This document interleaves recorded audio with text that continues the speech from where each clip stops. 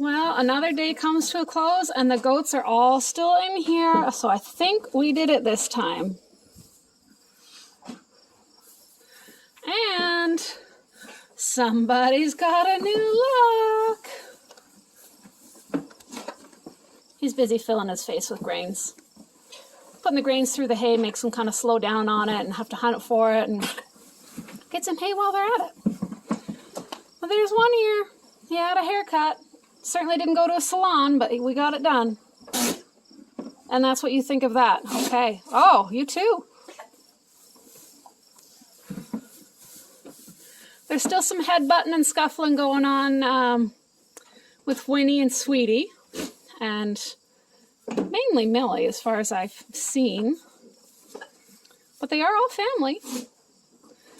Those three are sisters. And Millie's the mama. I do think they recognize each other, but it is a hierarchy thing. They do need to establish the pecking order. I wish those kids would stop trying to drink off the mamas. They're stealing her milk. It's okay, we're still getting enough though. Hi, Winnie. You always were one of my sweetest girls. Yeah, Winnie's just a super sweetie. But we can't call you Sweetie because we have a Sweetie. And Milky looks like she's going to be super sweet too. I don't know why she won't eat her grains.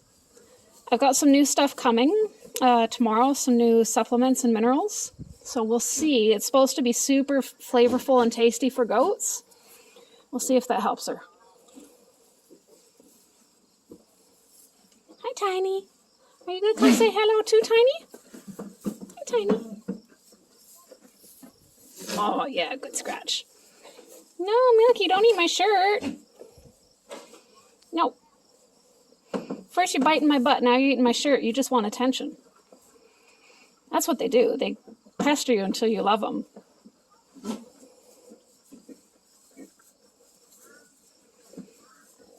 Kind of reminds me of the song Paparazzi. Pester you until you love them.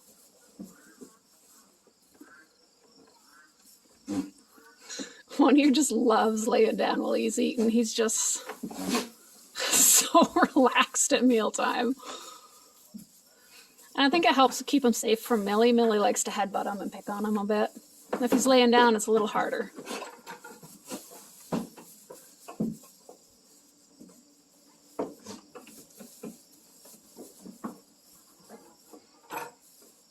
Everybody's looking good. They should be good to go for breeding season.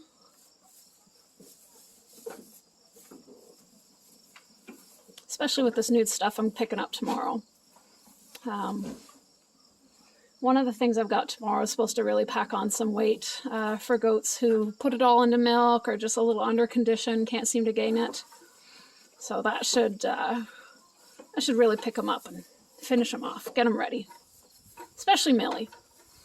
Cinnamon's ready. Millie's still a little underweight. And Sweetie and Winnie have a ways to go as well. Even though Cinnamon is the same size, like body frame, height, and length as Winnie and Sweetie, she is 30 pounds heavier than Winnie and about 20 pounds heavier than Sweetie. So they got a little ways to go. Oh, now we got Black Forest Cake getting some love. No, you won't get milk from that. Good try, though. And she's standing on my foot, so I can't get away. She's like, you will love me. You will. There's no milk. It's just, yeah, you're going to get nowhere with that. Come on here, don't pee in that food. Ya boy. You just finished peeing. Ugh.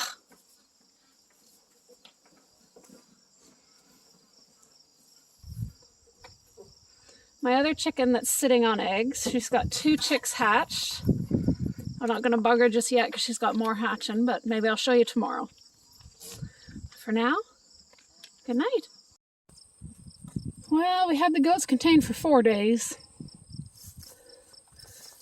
And then they pushed through this corner here. So now we got some logs there. We'll see what that does. We might have to anchor them down better. 4 days was a pretty good run. We walked some of the other pasture fence lines, and man, they need a lot of work for goats. But that allowed the goats to graze and browse in the other pastures for a bit while we did that. So this is Sweetie. She was born last year to Millie, along with Winnie and Cinnamon. You're going to see more and more of them. They were at my friend's house for several months, so you didn't see them, but they are back. I'm going to breed them one more season, see what they produce, see how they look, if their udders improve, and then I will decide whether they stay or go. And you can see her shoulders low, see how her butt's higher. I need to get, that's one thing all my goats have, is high butts, low shoulders. They're considered downhill. What you want is a goat that's uphill, so shoulders higher than the rump. But that's just one of many, many, many things in conformation to work on.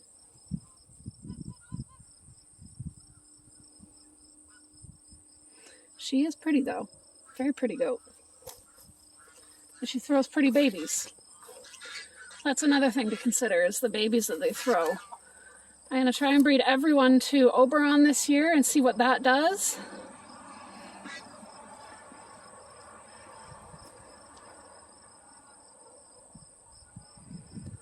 These guys all had a lovely snack out in the fields, and now they're back.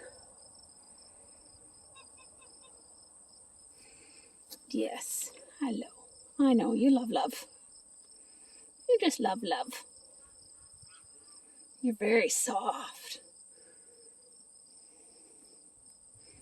Oh, you're Casanova. Yeah, you would have been a decent buck. That soft, soft skin.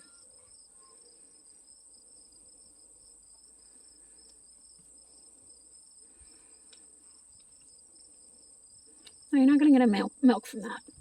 Thumbs don't give milk. Nubians love their noses rubbed. They love it.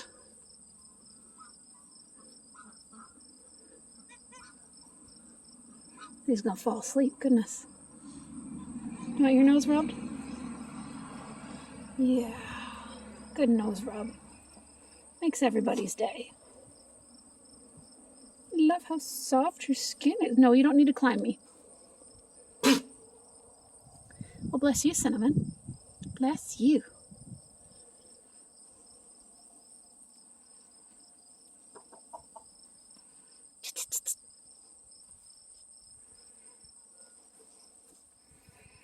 Here's my ever so lovely pumpkin.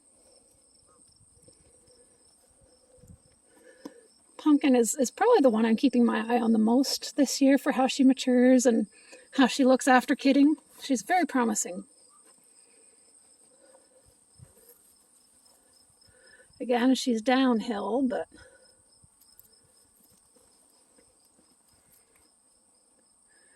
and Tiny, she's also promising, and Milky.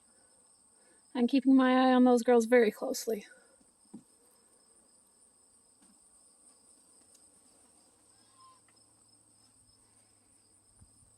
They're all lighter girls, though.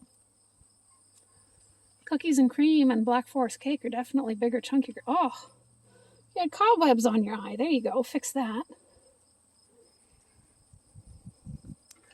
All my sucky babies. Barn cats are hanging around. There's all 3 of them here. Let's go look at some birds.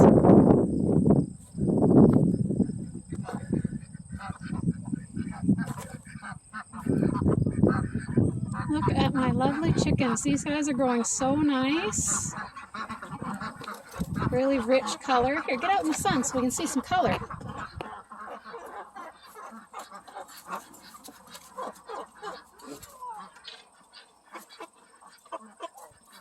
Look at that. Nice birds.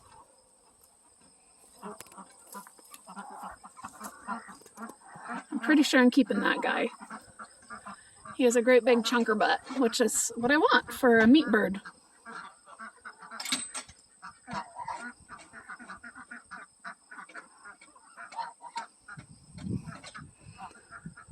These guys seem to grow in stages. I mean, they seem to stay a certain size for a while, and the next time you look at them, they've grown again.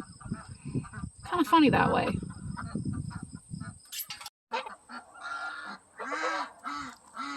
There's that chunky butt again. And I think he's a rooster. He's way too big to be a hen, but he doesn't have the feathering patterns indicating rooster yet. But I'm sure that will come just because of his colors. He's a little more fancy colored, so look how big that bird is. I'm pretty sure he's going to be one of my breeders for next year. And then I'll pick a red one. So I'll pick a black one and a red one.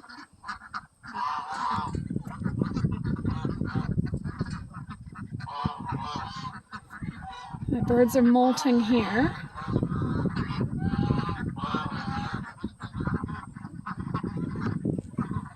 Still love that one. That one's still a fabulous bird.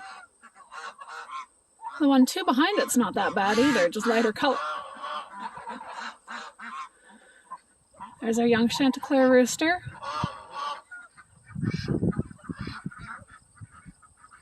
Frost supervising from the roof.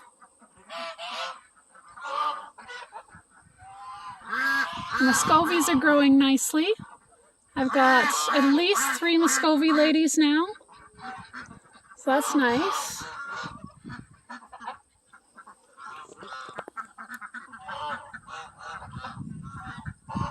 These 2 geese, their neck color patterns are not great, but otherwise they're really good. Like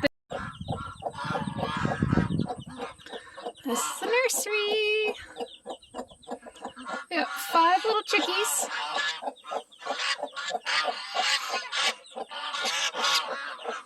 Obviously, Birdie Mama has abandoned that egg. She may or may not have abandoned those. She may still be sitting them, just got up for a drink. So I do that. Once a day they're up and so on. But I'll have to keep an eye on that. But from the 2 Birdie Mamas, we got 5 chicks. For some reason, she had all light chicks and she had all dark chicks. She seems to throw her colors as more dominant. Because she would have been crossed. The father to these ones would have been Barnevelder. Would you guys...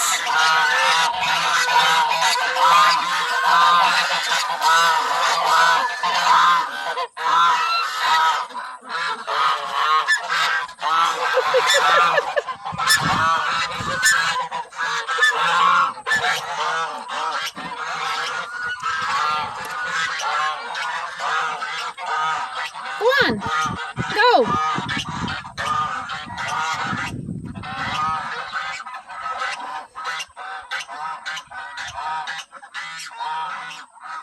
Silly geese. They were mad at me for bugging the babies. They're very protective of babies.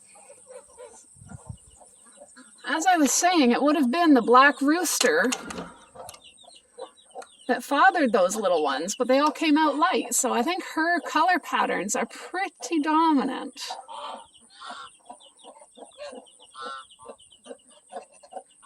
It's ever so cute seeing some mamas with their babies just going around. I love it.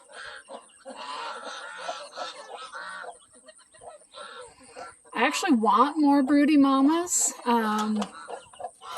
Because some of the geese here, like the Pomeranians, it is very hard to incubate and hatch those eggs. My rate seems to be averaging 3 eggs out of 10, maybe, will hatch. Sometimes it's 2, sometimes it's 4.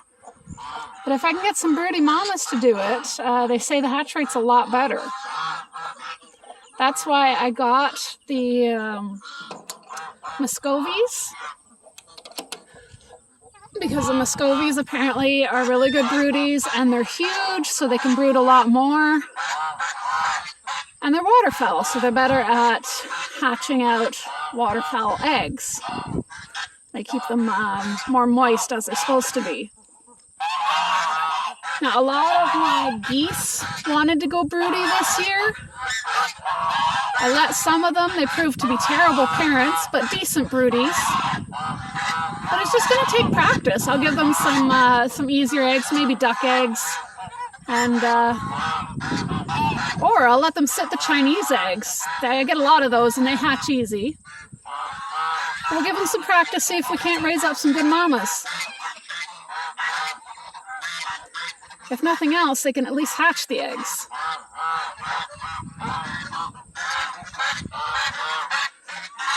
Most of my birds, as I said, they're molting right now. The young stock. These guys are so noisy. Fine, I'll leave the babies. I'll leave the babies.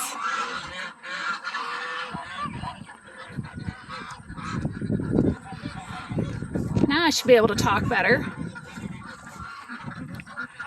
Most of these guys are molting, so the young stock are coming into their adult feathers.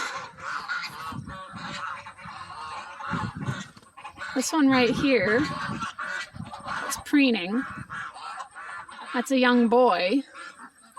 I can tell because he's starting, both of these ones are starting to get their hoods.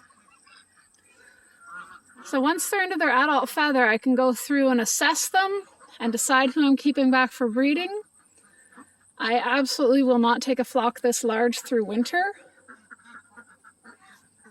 Oh, see, they're all over there by the babies again. They want them protected. That's a good thing. I don't mind. But yeah, fall is the season for sorting and butchers. Which reminds me, I gotta go online and find a butcher. You go on the Government of Ontario website and you find the licensed butchers. There's Frost up there. Keeping an eye on everything.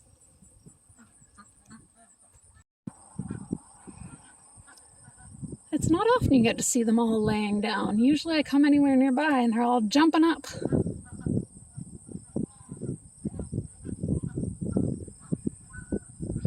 There's a pile of napping goats.